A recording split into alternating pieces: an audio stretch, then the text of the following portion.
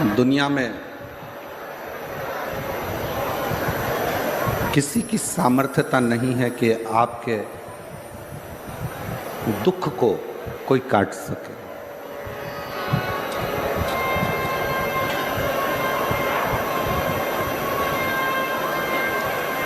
अपने दुख को, अपनी तकलीफ को, अपने कष्ट को कोई दूसरा कभी नहीं काट सके।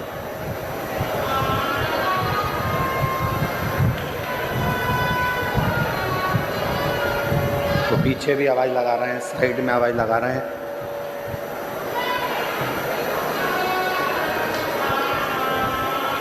अपने दुख को, अपनी तकलीफ को, अपने कष्ट को किसी दूसरे की सामर्थ्यता नहीं है कि वो काट सके।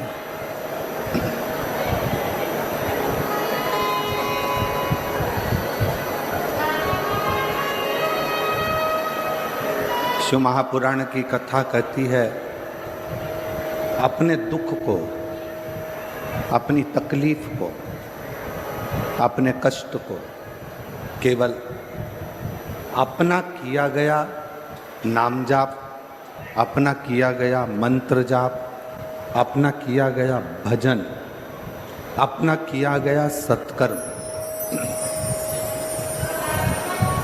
अपना किया गया कीर्तन, अपने स्वयं के दुख को काट सकता। कोई दूसरा नहीं काटेगा। कोई दूसरे की सामर्थ्यता नहीं है कि कोई दूसरा काट सके। किसी की सामर्थ्यता नहीं है कि कोई उस दुख को, कोई उस तकलीफ को, कोई उस कष्ट को कोई मिटा सके। जब हम शंकर जी के मंदिर में एक लोटा जल लेकर बिना संकोच के, बिना दिखावे के, बिना आडंबर के, विश्वास के साथ, भरोसे के साथ, दृढ़ता के साथ, भरोसे के साथ, विश्वास के साथ जब हम शिवालय में शिव जी के मंदिर तक पहुँचते हैं, तब 33 कोटि देवता अपने अपने कार्य में लग जाते हैं। सब अपने अपने कर्म में, अपने अपने कार्य में सब देवता लग जाते हैं। कहते हैं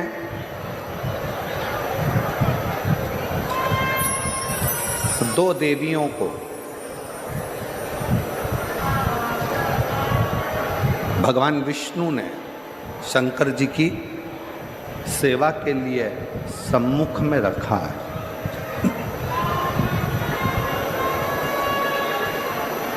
पहले नंबर पर माता लक्ष्मी और दूसरे नंबर पर भाग्य देवी।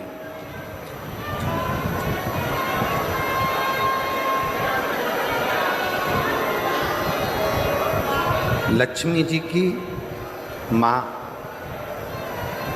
ख्याति देवी,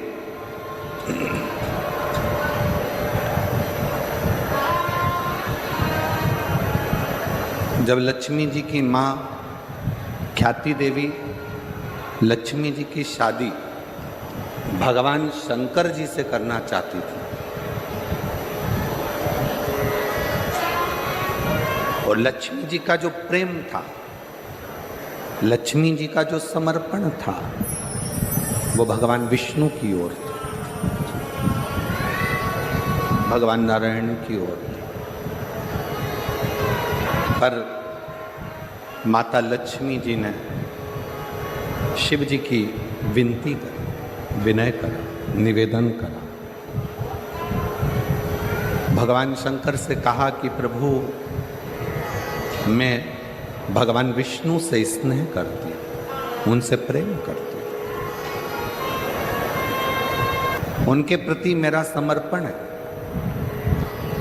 और मेरी माँ ख्याति देवी मेरी माँ माता ख्याति आपके साथ में मेरा विवाह करना चाहती।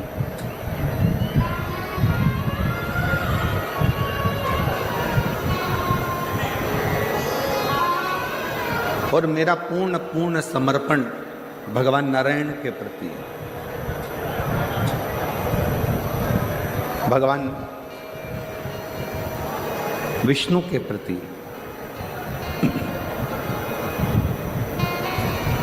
यदि आप कृपा करेंगे तो मेरा विवाह भगवान नारायण के साथ में हो सकता है, भगवान विष्णु के साथ हो सकता है।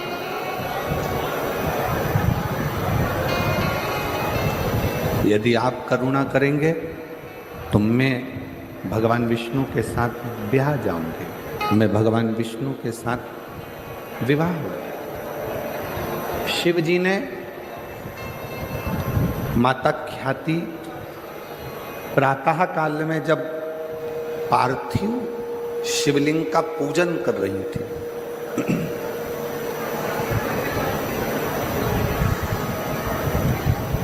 पार्थिव लिंग का निर्माण कर कर उसका पूजन कर,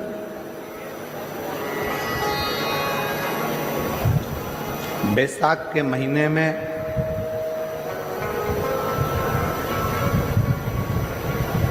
शिव सप्त तीर्थ का बड़ा महत्व है।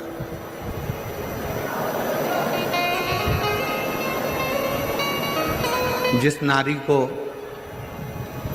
30 साल हो गए हों, बच्चे नहीं हों, 35 साल हो गए हों, संतान नहीं हो, 25 साल हो गए, 20 साल हो गए, संतान का सुख ना हो, और डॉक्टर ने कह दिया कि कोई बहुत बड़ी बीमारी किसी व्यक्ति को है, रोग बड़ा, बीमारी बड़ी है, और उस बीमारी का कोई हल, उस रोग का कोई हल नहीं दिख रहा, कोई हल नजर ना आ,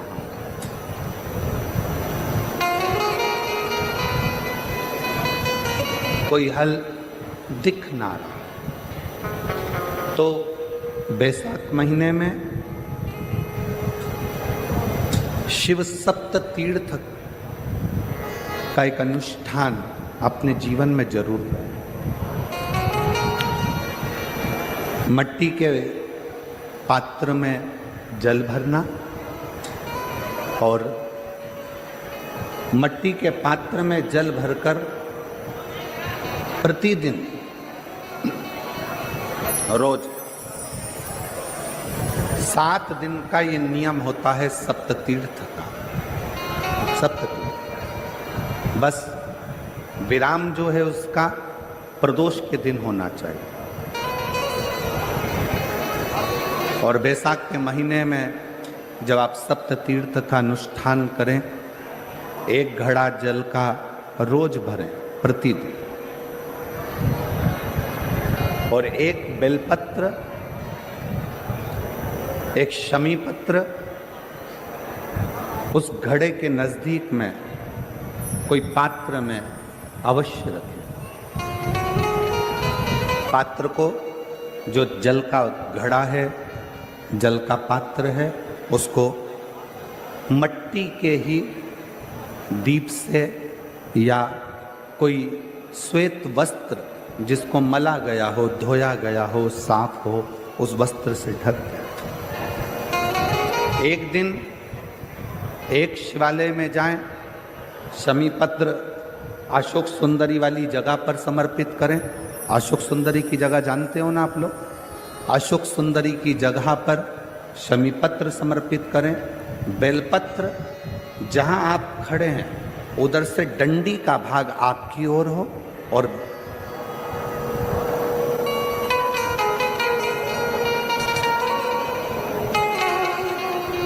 जहां आप खड़े हैं वहां डंडी का भाग आपकी ओर हो और बेलपत्र शिव जी को समर्पित करा जाए। फिर जो मट्टी के पात्र में जल है वो भगवान शंकर को अपनी कामना कर कर शिव जी को समर्पित कर दो। संतान के लिए कर रहे हो तो वहीं से जल को एक कटोरी में, एक पात्र में झेल लीजिए। उस जल का आधा भाग नंदी के पास बैठकर आप ग्रहण कर लो, आधा भाग अपने पति को देना प्रारंभ कर दो। कोई रोग के लिए कर रहे हो, किसी बीमारी के लिए कर रहे हो, तो वो जल आप अपने घर की देहली में प्रवेश करने के पहले अपने मुख में उसको ग्रहण कर लो। एक दिन में एक शिवालय, दूसरे दिन दूसरा शिवालय, तीसरे दिन तीसरा शिवालय। अगर अपने नगर में, अपने गांव में, अपने क्षेत्र में 7 शंकर के मंदिर नहीं हो, यदि अपने गांव में, अपने नगर में, अपने क्षेत्र में 7 शंकर के शिवालय नहीं हो, तो मिट्टी का शिवलिंग बनाकर उस पे चढ़ाओ। पर रोज एक शिवालय अलग होना चाहिए। प्रतिदिन प्रदोष के दिन जब आप इस सप्त तीर्थ का विराम करेंगे, उस समय पर जल, जब प्रदोष काल आए, प्रदोष काल का जब समय हो जल चढ़ाओ सुबह, और प्रदोष काल का जब समय हो उस जल का पान उस प्रदोष काल में कर लेना। प्रदोष को, जो प्रदोष काल में उस जल को शंकर का पंचाक्षर मंत्र नमः शिवाय, षडाक्षर मंत्र ओम नमः शिवाय या श्री शिवाय नमस्तुभ्यम बोलकर प्रदोष काल में उस जल का पान कर लें। बाबा को प्रार्थना करें, शिव से विनय करें। ये नियम केवल बैसाख के महीने में होता है, इसको बाकी के महीने में नहीं किया जाता है। इसको बाकी के महीने में नहीं करते, केवल बैसाख।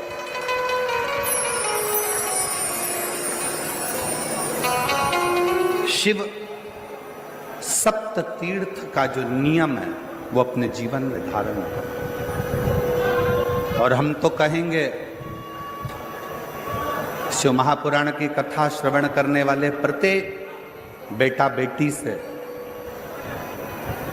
शिव महापुराण की कथा सुनने वाले प्रत्येक शिव भक्त से हम तो कहेंगे कि शरीर में कोई रोग नहीं भी है, संतान की प्राप्ति नहीं भी चाहिए, उच्च शिक्षा के लिए आप कर रहे हैं, अपने जीवन की खुशहाली के लिए कर रहे हैं, तो शिव का सप्त तीर्थ अनुष्ठान अवश्य करें, अवश्य करें और अपने जीवन को सार्थक करें।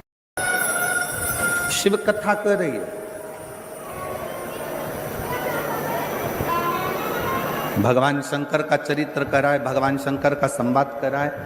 लक्ष्मी जी की माँ ख्याति देवी जब पार्थिव लिंग का निर्माण करती हैं,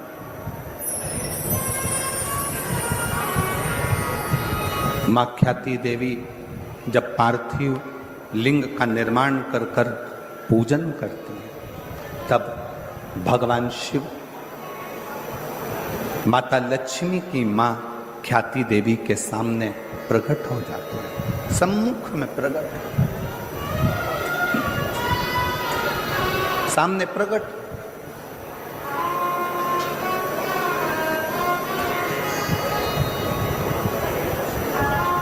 शिव को प्रकट करने के लिए या भगवान शंकर का वर प्राप्त करने के लिए या भगवान शंकर को प्राप्त करने के लिए, उनका आशीर्वाद लेने के लिए बहुत सारा आडंबर दिखावा शंकर को प्रिय नहीं।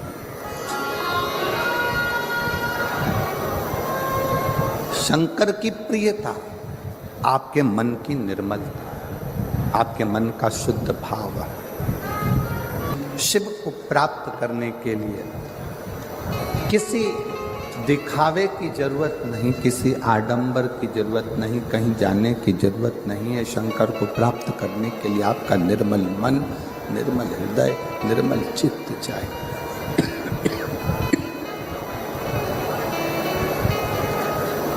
शुद्ध भाव, शुद्ध मन।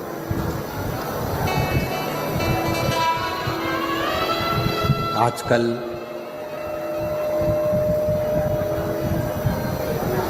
दुनिया के लोग कहते हैं 1 कुंटल शिव जी को दूध चढ़ाओ।